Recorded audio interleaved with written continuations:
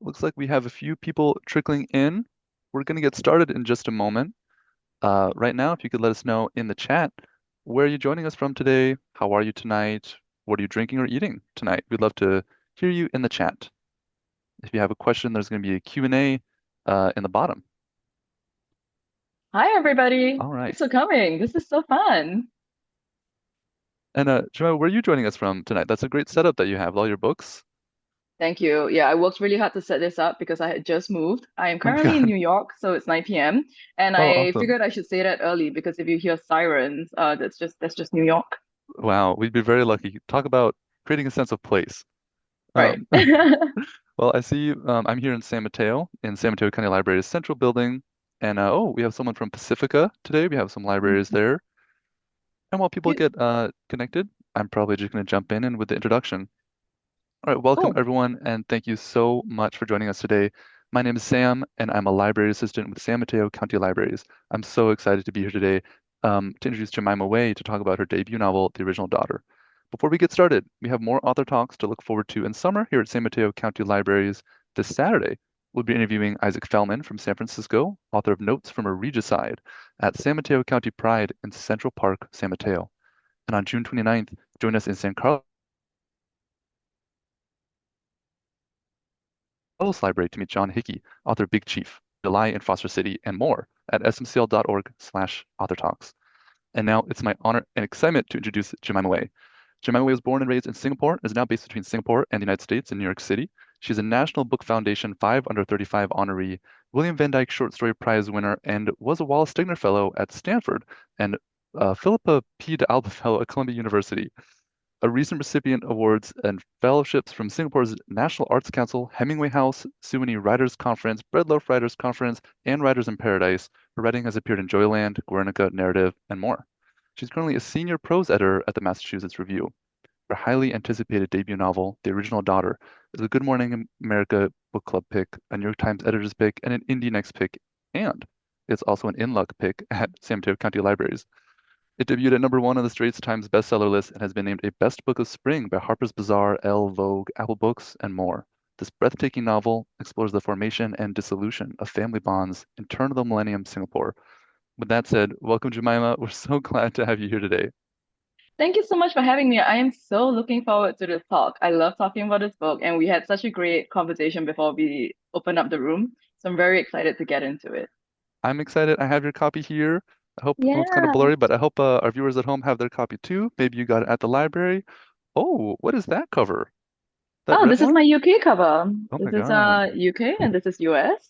And I Ooh. love them both. I am very attached to the US cover because it was the first cover that I got, and also because it's the cover changes meaning after you finish reading it, which I think is an extremely Oh, cool design feature. wow. That's Hmm. amazing. So something I'd want to talk about, your book takes place in Singapore, and I think Hmm. some of our listeners today, our viewers they might not know much about Singapore in turn of the 20th century, 21st century. I'm just curious if you could tell us a little bit about sort of the setting and how you chose it, and what's it like for Genevieve and Aaron, as they grew up in this setting. Sure. So basically, this version of Singapore is a version that is really specific to a type of Singaporean family, working class family. They live in government housing, which is where over 80% of Singaporeans live in.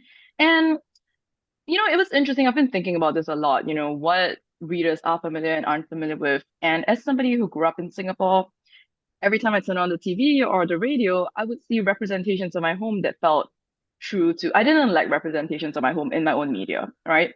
And so I remember the first time I heard Singapore being referenced in a Hollywood movie, and it was Pirates of the Caribbean in 2007 when they were like, "Welcome to Singapore." And I was like, "Oh, interesting." So that was the first time I realized maybe non-Singaporeans see Singapore quite differently from how we see it. So I am curious as to what readers bring to the table when they're reading a Singaporean book. I do think that we have a reputation for being very glitzy and very modern, and I think that that is not untrue. That is a big function of Singaporean society, but it's not the only story. And so this novel really focuses on a different aspect of Singaporean society, Singapore that I am really familiar with and that many people I know are, where they grow up in government housing, where, like I said before, 80% of Singaporeans live in it. And They go through the system. They are trying really hard to struggle and make a life of, and also derive joy from living within and working against the myths of meritocracy, even as the country itself is developing rapidly. Because Singapore is a really young country. We turned 60 this year, which feels kind of insane. Wow. Yeah, and for viewers who might not have started the book yet, first of all, you should definitely get a copy at the library. Um, but it's about, it starts off with two sisters who, in the beginning, you kind of see sort of in the present day, that Hmm. they've become estranged, and then Hmm. immediately you jump back into the past and see how they first met each other and what their lives were like growing up together. What I will say is you mentioned how Singapore is kind of perceived and portrayed, and in media, I've definitely seen, the skyscrapers that they show, the sense of progress and the technology and the efficiency. You see all of this.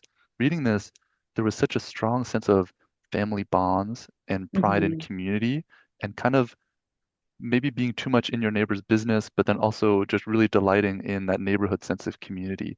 Was that something that you specifically wanted to portray, a side of Singapore that you wanted to show? I think so because, I do think that about a decade ago, right, there was a greater move towards globally, towards self-care, towards individualism, towards boundaries. And I co-sign all of that. I think it's important to have boundaries and important to take care of yourself. But I was interested in how that played out in the context of a society that's very community focused. Because where I come from, right, you loving somebody and being part of a strong community often just means you're all up in each other's business, as you said, Mm. even if that sometimes makes you want to strangle each other. And just the way the country is set up, we are a small country, so there is nowhere to go. So we build upward. So everyone is living on top of each other. And it's a really dense population. I think there are slightly under 6 million people, and we are smaller than the size of New York. So Wow. it is one of those things where there is no 7 degree of separation in Singapore. It's more like 2 or 3 degrees, like everybody's mother knows everybody's mother. And even though that can be suffocating, that can also give rise to relationships that are really strong. And I think what I was really interested in while developing that is thinking, what kind of frictions can those relationships endure? What kind of struggle can love endure, even while you put great pressure on it? That's so interesting that you frame it as what kind of tension can they endure, because Hmm. it's so present that it's so powerful. But Hmm. there are always these strains, aren't there? If you don't mind, I would actually like to read a passage that I loved. It's one Sure. sentence, and don't worry, anyone, this is not a spoiler. It's a short sentence from very early on in the book, kind of about community and the sense of like the nosy neighborhood. Um, all right, it's from 91, page 91, if anyone want to follow along there. I became convinced the pathway to happiness lay in proving, conclusively, to the rest of the neighborhood that despite her change in fortunes, Su Yang was perfect in every way. I just love that sentence because it speaks so much to these young, to Jin and Erin, these sisters, kind of watching their mother and the changes in her life and how the community perceives her is so prescient, and there's so much about what's what's revealed in their family and what they're going through and what the public sees and what they don't see that they worry about, and that they take pride in when they have a positive appearance, Hmm. in their I love community. I love that you brought up that sentence because that sentence really does encapsulate a lot of the concerns of the characters in the novel, which is you are doing something for somebody else, right? So the reason why the girls at this point, so the part you read for the context for people in the audience is at the start of part two. So it's prologue, part one, part two, and so forth. Start of part two, where the mother, Su Yang, has kind of like lost her job due to the way the country has progressed, and they are trying to figure out how to comfort their mother. And they do that via kind of creating this impression of being perfect daughter so that everybody would think, what a great mom. Look at these daughters, evidence, fruits of her labor, fruits of her moral character. And I think that that is what I think of as a kind of service for love, but that can sometimes compromise your individual development as a child, right? So that sentence you read out, I think, was really perfect in encapsulating all of that. I feel like the sense of a service for love comes up so much, in the decisions that these characters make around each other, where it's this powerful bond, but then also this obligation, this responsibility, Hmm. to see each other be happy and to sacrifice so much, especially when their parents have sacrificed so much. Even at age 8, they have a sense of that. They don't Hmm. seem very entitled, like as many kids can do sometimes. They Hmm. seem very presently aware of that. Yeah. And I do think I was really interested, I was more interested, I think, in the relationships we choose to keep, even when they're difficult. Because another version of this novel could be a character thinking, well, I don't think that this relationship is serving me, and so I'm walking away. But then, like I said, Singapore's a small country. You walk away, where are you gonna go? You're gonna end up in the ocean. So unless you leave the country, I think a lot Hmm. of the way the country is set up is you have to figure out how to live with the people in your life. The big question is what do we mean to each other? What do we owe to each other in society and in community?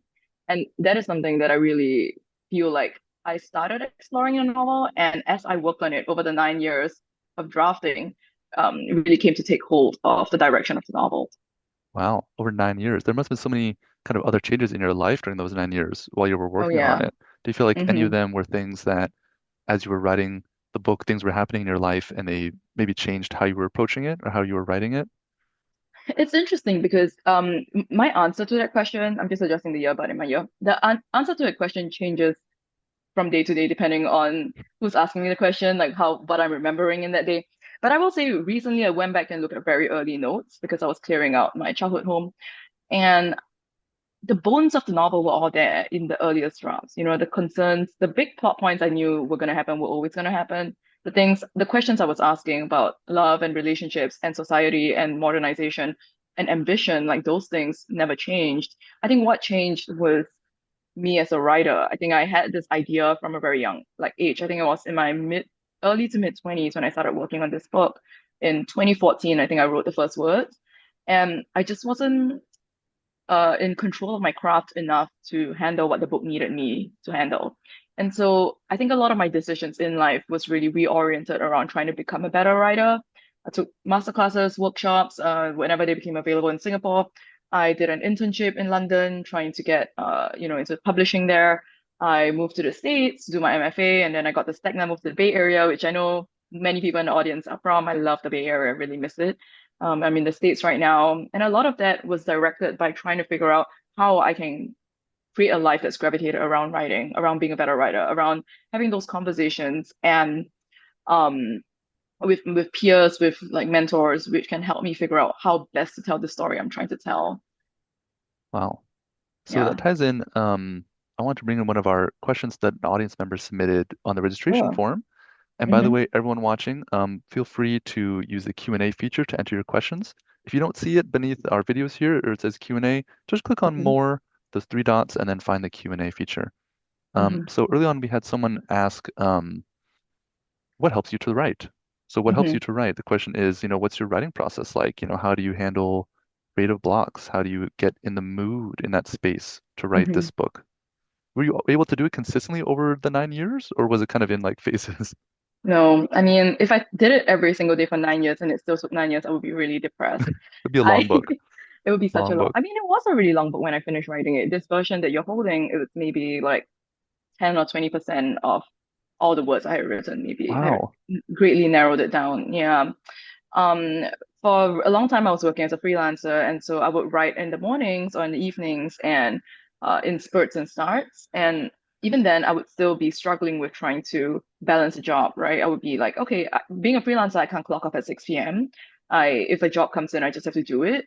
And so I think that struggle of like balancing, how can I say no to a job because I want to move three commas around for the next hour? Like that it came to a point where I was like, I kind of knew I needed to make a drastic shift in my life. And so when I came to the States, I think living in the Bay Area specifically was really very transformative for me. By that point, I had two drafts of the novel, and I started treating it the minute I landed in the Bay Area, I treated it like a full-time job. Get to my desk at 9 a.m., read from 9 to 10, and then write all the way to 6 p.m., and then get off, go to the gym, come back, eat dinner, and read what I had written for the day. And I would do that every single day from Monday to Saturday, and then Sunday I would chill out and do laundry, and then I would start again on Monday. And I know it sounds a little chicken and egg, but I really do think that what helps me to write is writing. So because I am somebody who's really, like I really make an effort to be aware of my relationship to the work, which I think is quite different empirically from the work itself. No matter how you feel about the work, it doesn't actually change the words on the page. And so I thought from the start that it was really important for me to like be really aware of my relationship to what writing is, and be really objective about it so it doesn't inflate or kind of like knock me over whenever I feel moments of discouragement or creative blocks. And so I keep a journal of like, today this is what I worked on, this is what helps me get there, this is what I'm struggling with thematically, craft-wise in the work. And one thing that is a pattern that recurs is that every single time I feel bad about writing, the only thing that reliably makes me feel better is going into the book, going into the text and working on it, because that is the only thing that makes me feel like, okay, this book is getting a little closer to the vision I have for it. Whereas what feels better in the immediate moment would be lying on the couch, drinking a beer, and calling my other writer friends, going, I can't believe how hard it is to write this book. But that actually makes me feel even worse. Whereas Mhm. reliably, working on writing helps Wow. me write better. Yeah. Wow, that's amazing. That makes a lot of sense. You hmm mentioned your that you try to be mindful of your relationship to writing. Do you feel hmm like that's kind of changed over years, or did that change over the process of writing this book, your Absolutely. It relationship to it? changed. It changed so much. I think this is something I think is pretty common for debuts, where if you're working on one debut for a long time. So I worked on my debut for 9 years before I queried my agent, and then it took another 2 years for it to be published. So total of 11 years, right? And for those 9 years, because this was like a big project that had accompanied me through so much of my creative life, it started to feel as though my artistic identity were codependent with this work. It almost felt like if I didn't finish this book, I wasn't an artist, I wasn't a writer. Of course, in hindsight, I know that isn't true, right? A piece of work is a piece of work independent of you. That can mean a lot to you, but that um, still you can still struggle with. And so I think after I let the book go, my relationship to my art changed so greatly. I felt this sense of great freedom where I was like, well, this beautiful firstborn that I've written is now off in the world doing her own thing, having her own adventures. God bless. It's now time for me to turn my attention to my other children, my other projects that I Mhm. also want to work on. And it's wonderful to talk to readers, but it does feel like it's a different phase of the writing's life, a different phase of the book's life that I feel more like a witness to rather than someone who has a hand in it. Does that make sense?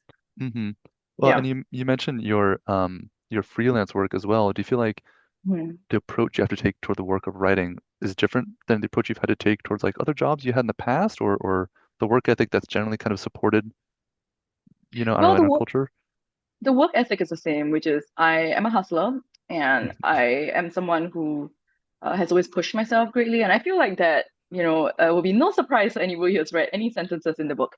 But because the girls in the book are also like, very dictated by pressure and stress and, like ambition. And I think that's something I share with them and something most Singaporeans share, to be honest. Um, but my I think it's different because freelance work is kind of gig dependent, right? So my timeline or how I develop as an artist feels like a call and response. Whereas as a writer, it's very solitary. So you might have a workshop, you might have an external timeline with a publisher, with a school course or something like that. But the majority of the work is done privately and on your own, and so you become your own taskmaster. And that is something that I found very productive for me because I'm not responding or on call, so to speak. I am just trying every day to get better at the thing that I'm doing. Yeah. Wow. We have another question sort of about the writing process. hmm Someone asked, Wendy asks, how do you start writing the story of family? So I guess that Well, question is, yeah, how did you begin approaching that? do you mean the story of a family or just Yeah, like of a yeah, family? this of a family. Yeah. Right. Okay. So I think that for me, all stories hinge on relationships, right? So they aren't scenes or tableaus. And so if we have a family, if you want to write a story of a family, um, you have like more than one character and you can almost start describing, what the dynamics are, what is going unsaid, who is facing which direction, what's happening in this scene. And then and then the next question would be where are they going and how did they get here? So this is something that one of my novelist friends and I were talking about, which is what makes a novel versus a short story. And when I was at the Stegner, Adam Johnson used to talk about this a lot as well. And he says that a novel is like a spear, where when you throw a spear, it activates the predictive part of a reader's brain, where they're like, oh, it's going in this direction. Where is it going to land? Whereas a short story feels like an arrow, where you shoot an arrow and you're always looking backwards because the arrow just goes straight. Looking backwards, going, who shot it? And I feel like a story is a story of family is both of those things. It's where is it going to land and who fired the shot. And so when you start with, whatever point you find as the entry point to your novel or to your story of a family, I think asking yourself both of those questions is really important. Where did we come from? Where are we going? Wow, that makes so much sense that you phrase it that way in the sense of the spear, because with the way that the book opens, kind of talking about Genevieve kind of in the present tense, Mm-hmm. describing this estranged relationship, it gives you the sense of will they resolve this relationship or will they continue Mm-hmm. to have tension that's kind of looming over you? And then it goes right to the past, and you see Mm-hmm. them just getting along as sisters, Genevieve and Aaron, and you wonder how are they going to get from here to this Mm-hmm. present moment that we've seen. So it's like already there's multiple layers that I felt that I was reading this book through. Was that Yeah. something that came pretty naturally to kind of craft and write it that way? No, No. I worked so hard to find the correct structure for this book. And I think that's part of what took so long, just finding out what the correct frame for the book is. So I think structure is really important. And I really made one of the most significant milestones in the writing process for me was finding the right structure for this book. So you mentioned the way we start in the present and then move to the past. And for me, what that meant was looking at the novel as a structure of justification. So I had so many different entry points, right? I had started this novel at some point when they were girls growing up. I had started this novel with Genevieve in a different country trying to figure out a new job. And every single time I started in a different place, I would ask myself, why am I telling this story? Why am I telling it now? I could tell the story anytime. Why is the narrator telling me this right now?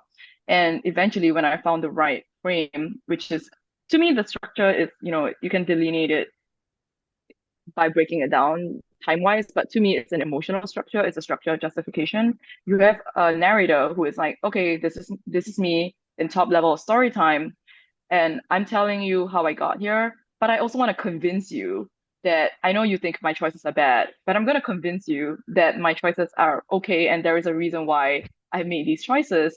And so that becomes more complicated because it's not just oh, here's how we got here, but also here's why we got here.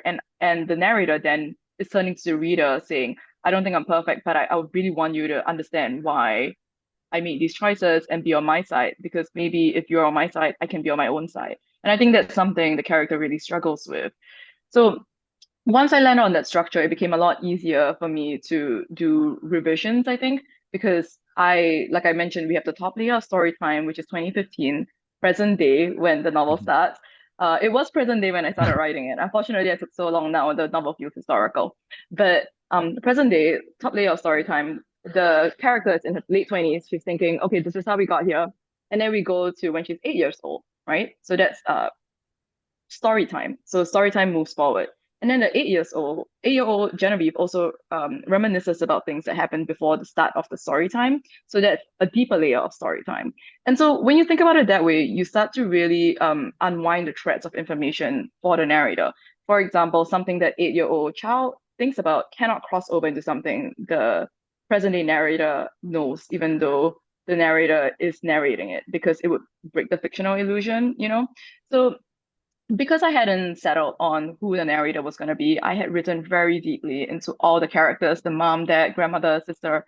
And so I had all these like extensive repositories of writing of how they had approached the same scene. And so when I decided, all right, we're going to have Genevieve as the narrator, then the 8-year-old child of Genevieve being the present story time, I could then use that to delineate like, okay, this is what she thought at this time, but this is what her sister was thinking, this is what her mom was thinking, this is what her grandmother was thinking, and this is how she wouldn't have been able to understand that at the time, but the older present day narrator could maybe sense some of it. And I think doing that allows you to give the reader the sense that there is something going on beyond what the narrator can see, and trust that the writer understands what's happening, even if the character doesn't understand.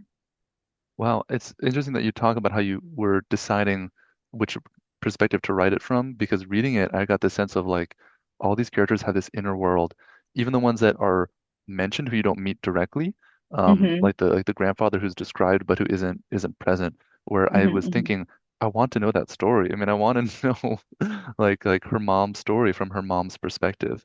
mm-hmm. But do you feel like there was like other than Genevieve, was there a second choice? Would it have been Aaron or would it have been someone else? Do you Well, remember? Interestingly, it was in third person for a long time. So in third person, you kind of have everybody's perspective, right? But I was drawn to Genevieve as I was revising, as I was like developing this novel more, because Genevieve is the most frustrating character. Unfortunately, she makes the most insane choices. And I think the first person narrator helps the reader be in her mind, creates an empathetic link with the narrator, and allows you to see beyond her blind spots where she herself cannot. And so I think if I didn't do that, I think when I kept the novel in third person, you just wanted to strangle Genevieve all the time. And then now that's in first person, you just want to strangle her 80% of the time, which is it's just a win in my books. Yeah. Well, it's so the way it's crafted, it's like you see the lead up to this wild decision that she makes. You see her make it, and then Hmm. she doesn't discuss it afterwards. She moves on to the next thing, in her Hmm. recollection of her Hmm. coming of age years. Hmm. Um, that was something that I wanted to ask about because I mean I'm so happy that you did choose first person because I've enjoyed reading about like Genevieve viewing herself as a child. So it's like Yeah. you're writing from her perspective, reimagining her perspective as a child. I was thinking Hmm. about if I could do that for my childhood, in this much detail. She experiences some feelings of jealousy around sisterhood and family. I have siblings. I must have felt that. I don't know if I know it in this much detail. What was it like for you to write about a character kind of reimagining and remembering their childhood with this emotional narrative in mind? I had to construct a lot of it just out of imagination. And then at some point, I started asking everybody I knew, do you know any 8-year-olds? Can I meet them? And so it's Really? the last thing because a real pet peeve for me is reading a novel where a narrator is just too smart. She doesn't read like her age, and then I feel like, okay, that's just like an adult writing from a perspective of a child. So I was like, all right, well, I need to get into the logic of a child. Unfortunately, my friends were having babies, the babies are still babies. They're not Oh, talking yet. So I need to meet some 8-year-olds. So then I would just ask around like, anybody got a niece I can hang out with? Anybody got a nephew? And then I would just ask the parents also. I'd be like, oh, how do you deal with the dynamic of being with having two kids who may or may not feel a type of way about each other. I would ask them about competition. And then I think one of the more unorthodox things I did that when I mentioned people tend to have strong reactions to is when I came to the States, I got a therapist and I used the therapist as character study. So I would go into every session being like, hi, so this is what I'm dealing with these characters. Why do you think a child would feel this way about another child? Or why do you think if somebody did this, what do you think they were thinking when they did this? And so at first my therapist was a little confused. She said, you don't want to talk about yourself? Like, normally people come and talk about their own problems. And I was like, I can deal with my own problems. I got a bigger problem, which is I need to figure out these characters. She's like, okay. Because, a therapist sees so many people and they have exposure to way more types of personalities than I might in my everyday life. And so I use that as a great point of research, and it was really helpful. wow. I mean, with how much many people pay for therapists, that's getting a good deal out of it, I think. Oh, Certainly. right. Yeah, exactly. That's something I'm curious about is for these 8-year-olds, so you kind of were you able to like watch them or interview them, and were there any scenes that kind of came for these interactions that you had? Not really. I started hanging out with these 8-year-olds after I finished a couple of drafts. So Okay. I just really wanted to make sure the flavor of like being a child was accurate, a child's consciousness. So sometimes I would hang out with like, people I meet friends with, have lunch with them, and then just their kids are playing in the background and I'm just watching them. I watch like the way they share or the way they build things together or the way they are spoken to by their parents. Like, if a parent says you have to share, it's okay not to, it's okay to ask for this or that. That all was very interesting to me. And then I would just later ask the parents, like, oh, how did you decide to do that? I would ask, I think one thing I was really interested in for obvious reasons was how did your child feel when you had another child? Like how Hmm. does it feel to go from being the only child to sharing a space. And it's interesting because I'm the eldest of three, so obviously I had experience at some point the moment of where I stopped being an only child, but I don't remember because I was 3 years old. So I just asked other people. Yeah. Yeah. Yeah, that makes a lot of sense. I think so it does bring me to another question, which is when Genevieve is remembering these experiences, they're so complex. I mean, these are such complex family dynamics that Hmm. about her parents' history and her grandparents and her parents' dynamic and you really portray these two sisters as like the trust that they have in adults, and they Hmm. don't necessarily know what their feelings are. They're going through Hmm. it, but how do you sort of portray a kid who's going through these really complex relationship experiences, but still staying in what a kid can understand and revealing to the reader, it explains to the reader, right, what's going on. Does that question Hmm. make sense? No, it totally No. makes sense. Okay. And it was like a real long process of calibration. I think I had assumed that children understand less than they do. And so in earlier drafts, a lot of it was just acknowledging, oh, this thing happened. I wonder why it happened. And then I was like talking to Paul Beatty, my thesis advisor at Columbia, and he was like, I just don't believe that these girls who are relatively intelligent didn't know what was going on with the grandfather. Well, okay, there is a pretty pivotal scene in the book where that involves a jar of a peanut butter jar. And in earlier drafts, the girls had no idea what was up with the jar. And I think like as I was working on it, getting feedback from Paul, he was like, "Well, I just don't believe they wouldn't understand what they were looking at." And I was like, "Yeah, I guess so." And then I asked some other people who were parents in the program, and they were like, "Yeah, you kids understand more than you give them credit for." So a lot of that was like calibration of like what do you think they would understand, what you think they wouldn't understand. Not every kid is the same, obviously. So then the characters have the space. I give them the space to acknowledge the things that they think they get that the other person doesn't get, or guessing that somebody else gets something that they don't get. So I think that's part of the power of the first person too, which is Genevieve had the space to be like, well, I didn't quite understand why, or to observe like the facial expressions of her parents as they're having a pretty tense interaction without understanding why they are having that fully. So she just notes it. She's like, there was something up with his jawline, something up with my mom looking at him in this particular way. And yeah, I wonder, she doesn't explain to the reader like what she thinks is happening. She just notes it. And actually the reader, as an adult, they totally know what's happening. I think actually a reader doesn't need that much to, I think we also try to like handhold the reader sometimes when actually that's not necessary. You give the reader a fully realized situation, characters, and a description, they can make their conjecture on their own. And so a lot of this novel was pulling back or like finding places to exercise restraint so that the reader can understand where the character cannot, when especially when they're children. Yeah, I'm remembering now all these scenes where these very subtle gestures are noticed, but not Hmm. necessarily processed or understood in their meaning by the character at the time, not Yep. described, but you can kind of tell. It's Yep. almost like a little bit of like a mystery, like that as a reader you're kind of solving piece by piece. You're like, oh, interesting. Oh, interesting. Yeah. Um, And I do think that one thing that's really valuable for readers is being able to observe the character processing the process, if that makes sense. So the character, for me, it's important for the reader to be in the character's mind, to see how the character's mind is working. And that makes the character to me feel more real than a character who's got it all figured out, because then it feels like there's no space for me to enter, you know? well, then great choice of Genevieve as the perspective character then, because she's like always figuring stuff out. It Yeah, feels yeah, like. yeah. Um, All right, we've gotten a good question here in the Hmm. Q&A feature. Thank you, everyone, for checking that out and for being here with us again. I hope you're enjoying the talk. Um, Right. so Jen asks kind of about when you were mentioning that you started writing in 2014, that you hadn't honed your craft as much as you have now, and that you weren't able to bring your vision to life at that point. Hmm. Um, they're wondering, what are some of the things that you learned while honing your craft or in your life experiences that would have made this a different book if you'd finished it 10 years ago? The one thing that really stands out to me was management of time in fiction. So I think that was something I really worked really, really hard to understand. And I can track that on my own development because when I went to Columbia for my MFA, I would deliberately take classes that had to do with managing time in fiction because I just knew that was my biggest struggle. I I did know that the book had to span the growing up years of these two girls. And so therefore it was a compressed timeline. There were like very clear parameters.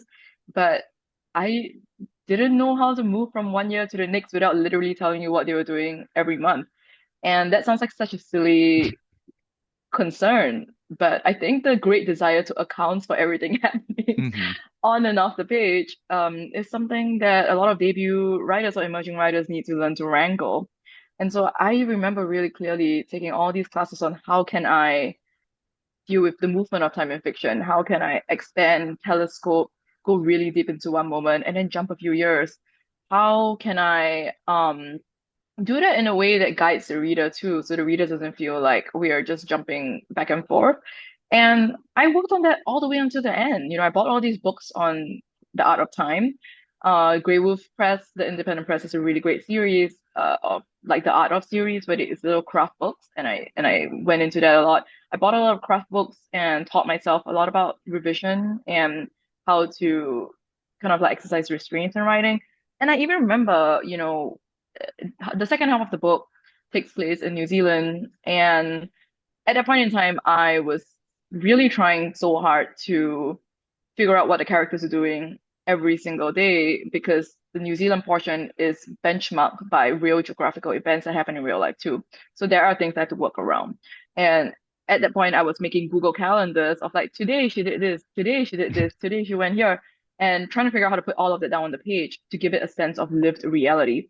And I had let the writer Carrie Bertino read some of these pages, and in the most gentle, encouraging, and affectionate terms, she said, I really encourage you to relieve yourself from the obligation to account for every single second happening in New Zealand. And I was like, that is so right. Why I just have to know, why do I have to bore the reader with it? So, so much of that was just learning what to put on the page. And it's kind of like wild because I have all these drafts, all these early chapters or early pieces of writing never made it into the book. And when I see what I was figuring out in those drafts, I can see that I really needed to understand the breadth of the characters' lives before I could spotlight which moments they would step into the narrative stage and which moments they would leave it. I just didn't have the ability to do it 10 years ago.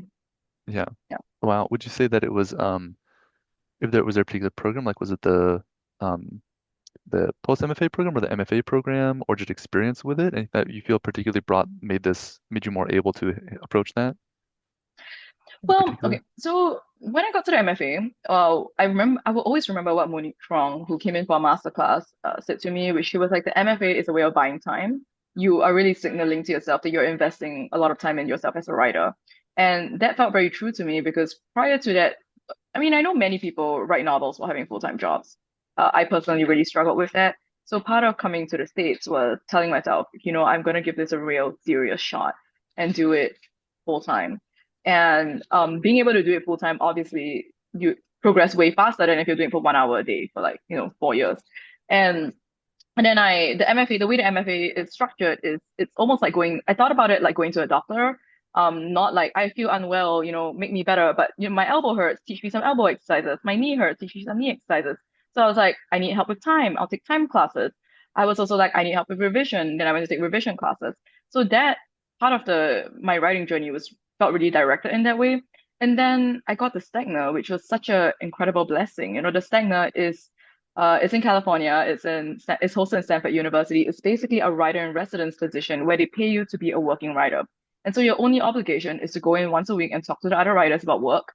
But other than that, other than those 3 hours, you are full time just writing, paid to write, writing from day to night or however you want to organize your day. And so that ability to just sit there and work like a maniac was something that I really feel like managed to help me push past the finish line. Wow. That's amazing. I mean, that makes a lot of sense. Um, all right, I'm looking through some of our other Mhm. audience questions that we had from the sign-in. Um, Someone is asking, what do you hope young readers or emerging writers might take away from the journey of the protagonist in the original daughter?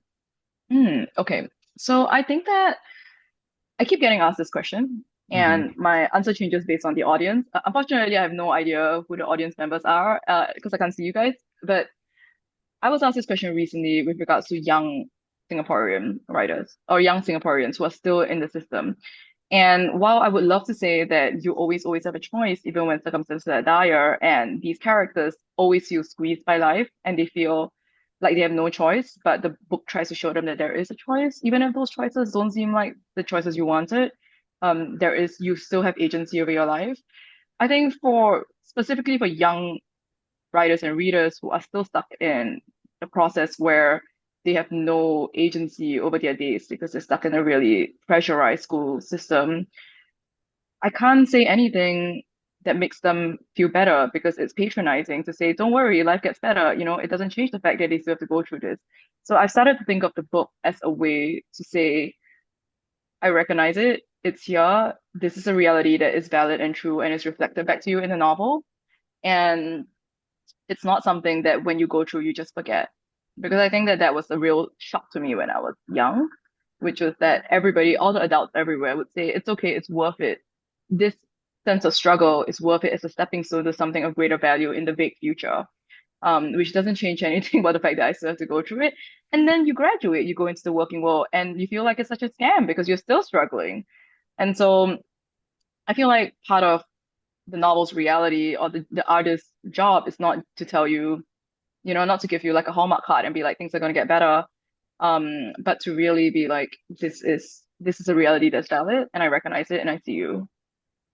Yeah, I mean, I would say even like as I mentioned, even small details like thinking about reading about this character reflecting on her own childhood and how it formed her. It's just making me think about just things in my life which are very different, but at the same Mhm. time, it's the perspective, it's the attitude, and there's elements that Genevieve in particular has that I think a lot of people can relate to, whether they would make the same decisions or whether they maybe wish they sort of could be that bold at times. Oh, so that's really good advice.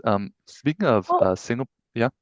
oh, sorry. No, I just thought of something because you said people might read it and think, oh, I wish it could be that bold, and that made me think also about just like the graduation from being a young person, being a child, living in the imaginative landscape of childhood, where your parent, especially the parent in this book, Su Yang, tries to create this really magical kingdom of childhood for them, where it feels like anything is possible.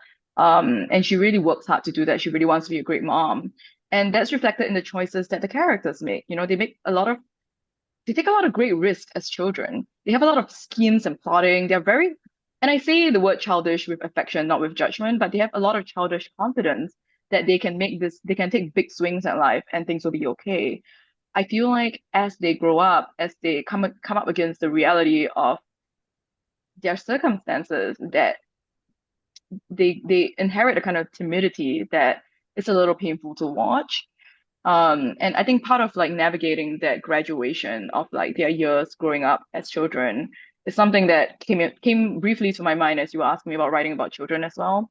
Just this idea that where we are today, the choices we make today, the kind of risk calculation we have, it's not really the same as the risk calculation we would have as children. And something happens to us along the way, which I feel is one of the first great tragedies we experience growing up. Just the realization that your life is not fully your own and you are subject to the machinations of adults or circumstance.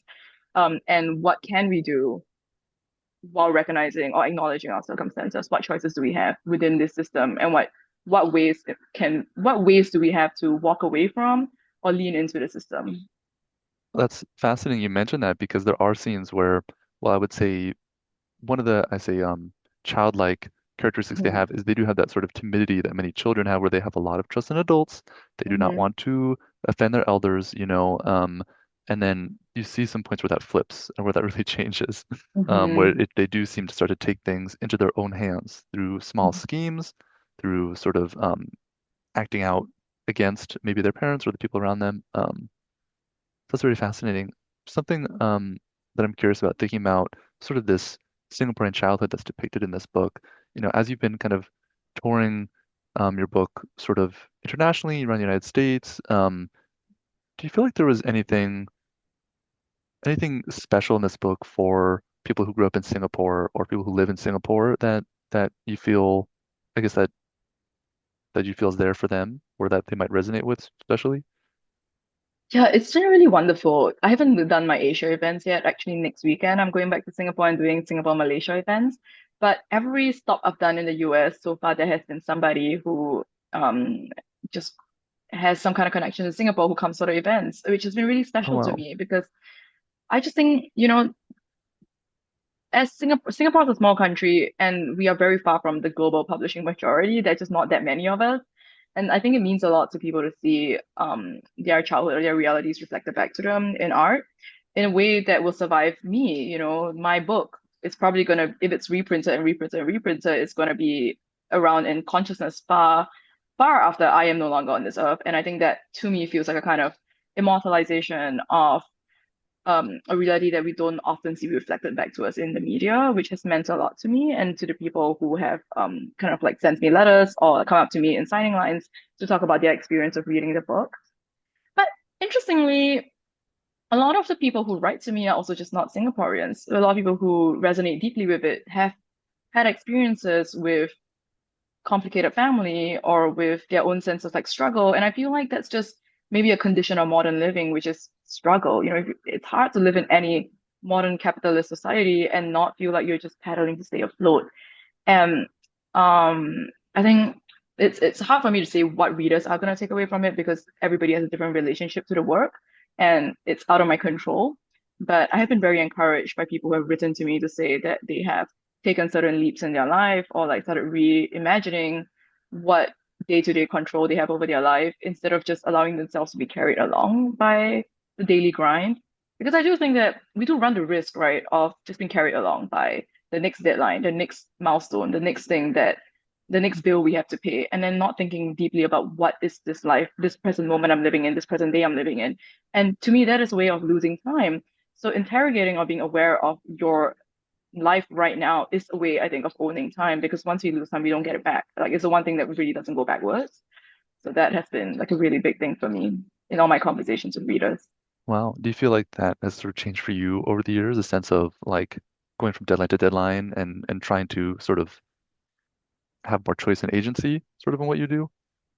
Yeah, I definitely think so. Like when I made my choice to pivot to writing full time, it was a really unusual decision for somebody from my background and my circumstance. I think people were just like, why are you doing this? Why can't you write while still having a job? You know, it's a really big risk to take. It was a real departure from everything you would see as like a safe life that I had worked really hard to build anyway. So that was really scary for me. And after making that choice, it feels like that choice just accumulates in different choices that go down a different direction. Where I was like, all right, I've made this big swing to want to have a life that's gravitated around writing and art. And so every choice I make around that now has to kind of go down this path. And and I do think that that is a form of freedom for me as well, being able to choose that and not succumb to, I guess, like the pressures of what somebody would assume life should look like for someone like of my age and, you know, life.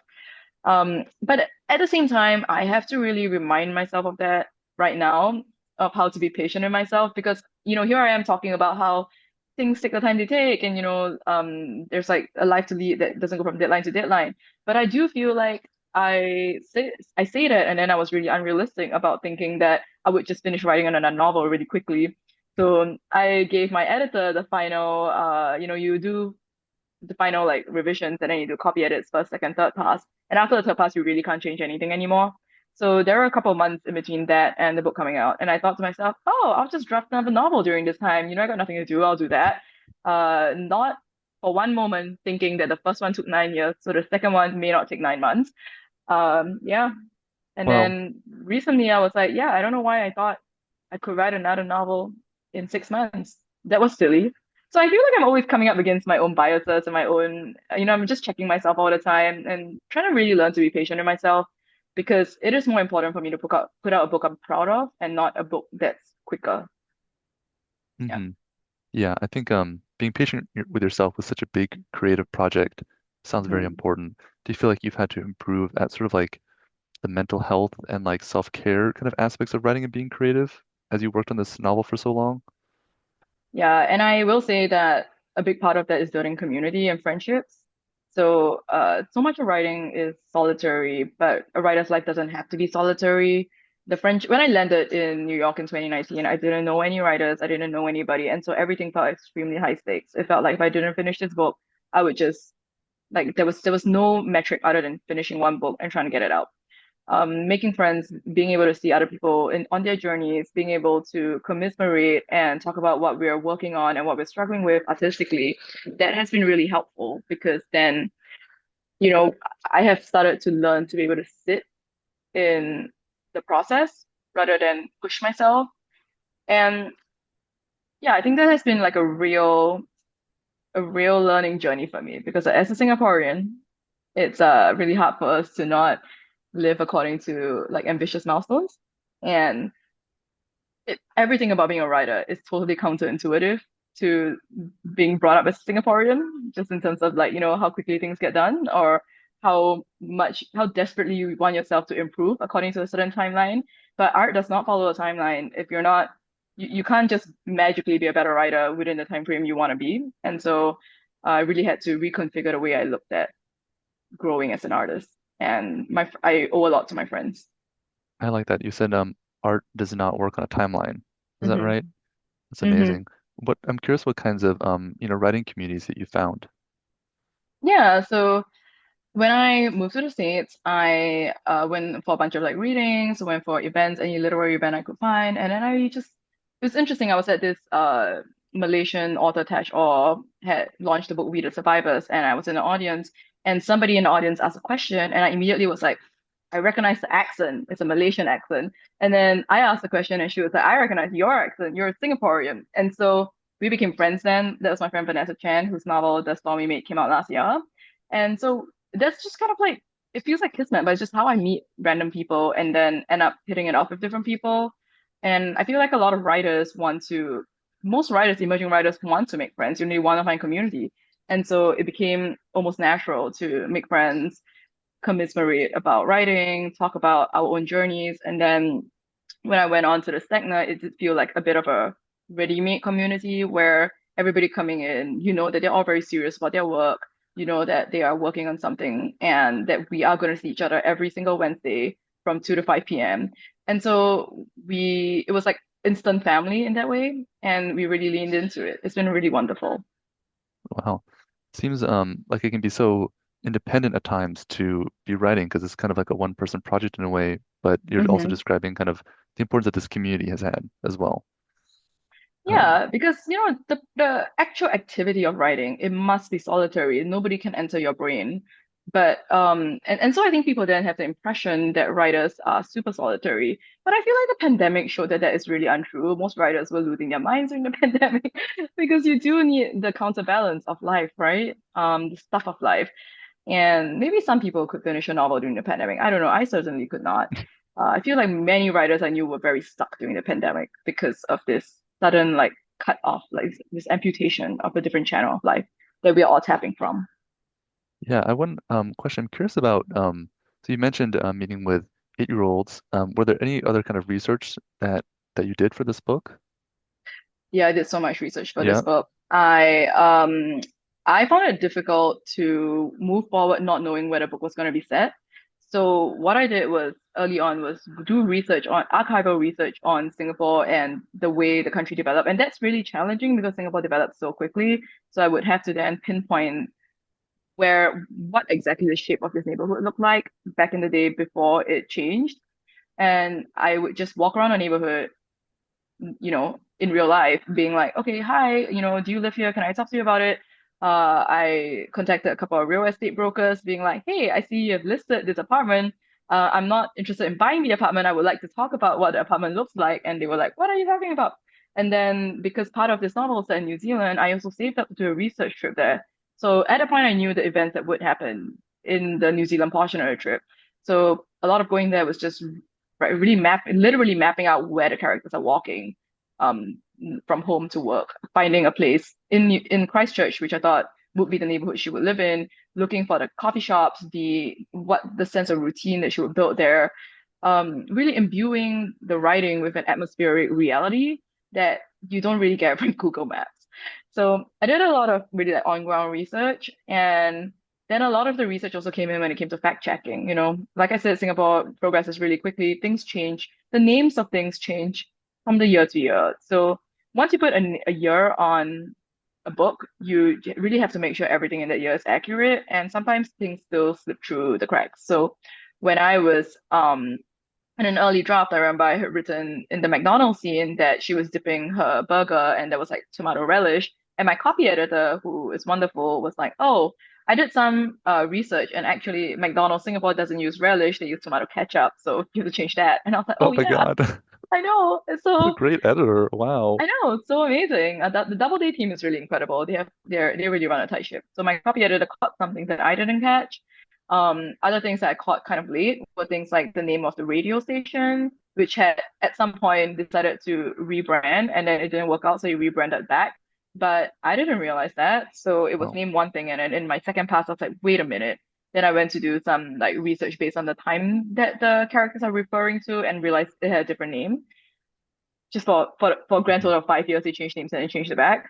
Just things like that. A lot of the research was fact checking, Yeah. atmospheric and fact checking. How far into the original 9 years you were drafting this was that trip to New Zealand? And was that kind of a big jump at the time? You mentioned saving up for it. Yeah, so I think I started writing it in 2014 and I went to New Zealand in either 2017 or 18. It might have been late 2017 or early 2018. And then just like did a lot of I just took a lot of videos. I basically talked to anybody on the streets who would talk to me. I would be like, "Hi, were you here during the earthquakes? You know, like what's it like to live in the earthquakes?" I remember very vividly standing outside the building of like transportation, hoping that somebody would come out on lunch break so I could ask them about the bus routes, which had also changed ever since I had written the book. So I just did stuff like that. I would just reach out to people and like try and talk to them, ask them questions. And at a point, I did know that I wouldn't be able to finish the novel within a year because I was like, I just know that there's so much work for me to do. But here I am in New Zealand for like a week and a half, and I'm going to make the most of it by trying to get as much information I have so that when the time comes to make sure that the parts of the novel that's set in New Zealand, like to finalize that part, I want to make sure everything feels like accurate to the lived reality of somebody who would be there during this time. So I did a lot of that. I remember actually reaching out and asking random people like, "Hi, do you know anybody? I'm working on a book. Do you know anybody who could be helpful?" And I actually went for dinner with this like really random girl who was like, "I have just moved to New Zealand. I have My God. lots of stories to tell you." And I was like, "Okay." So I went for dinner with her, and she told me all about dating as a young person in New Zealand, all about like finding a job, all about, trying to build community there. And I just thought that was like really interesting.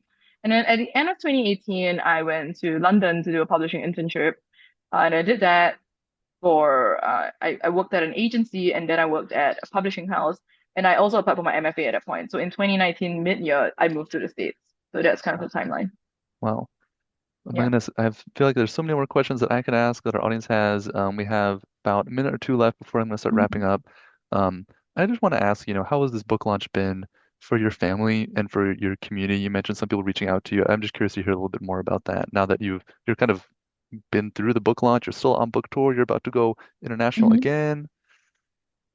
It's been wonderful. Honestly, I think my family's just really relieved because for a long time, every time people are like, "What's Jemimah doing?" They're like, "Oh, she's writing something." And now they can be like, "She's writing and you can buy it." So it feels almost like shorthand for this is what she's doing. And my family is just really excited. They're super supportive. My sister, I have two sisters, they went to hunt down all these copies of different editions of the book. My mom read it the minute it was out.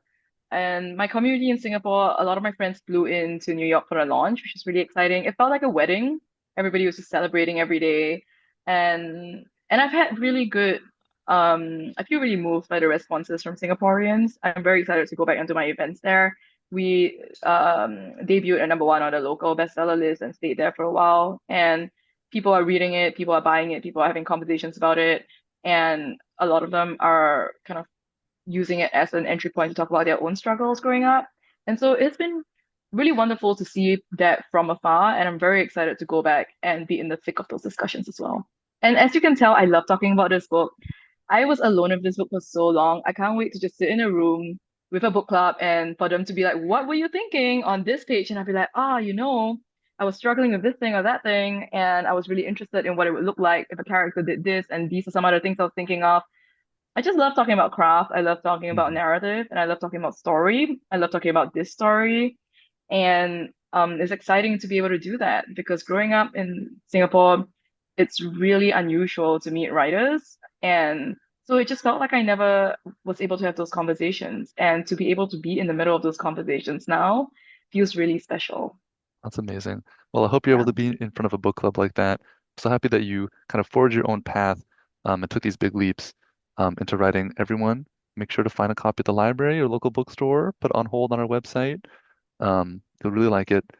Um, well, I just want to say thank you, Jemima, so much for joining us tonight for this really insightful conversation and for telling us the story behind the original daughter. And thank you to our Zoom audience. Thank you to everyone who showed up. The library has copies of the book for you to put a hold on, or check out an in-law copy. And before we go, I just want to say, please check out some of our other talks at smcl.org/author talks, including Isaac Fellman at San Mateo Pride this Saturday and John Hickey later this month in San Carlos. And if you can stop by smcl.org/rate this event, I'll put that in the chat for you. We'll also have it in a follow-up email later, just for you to let us know what you thought about the talk. And again, I just want to say, Jemimah, thank you so much. If you have anything else that you'd like to say to our audience, I know people have. Kathy says, thank you so much in the chat, and we've got some great questions here. Yeah, no, just thank you so much for having me. I've really enjoyed this, and I hope that you all love the book and it meets you where you need it to be. That's awesome. And good luck writing Yeah. your next book in 3 months, which I Oh, know is thank your. you. I'll let you know. That'll be like knock Awesome. knock. Yeah. Awesome. Well, thank you so much. It's 7 o'clock, so we're going to end. A good night, Jemima, and good night, everyone in the audience. Good night. Bye. Bye.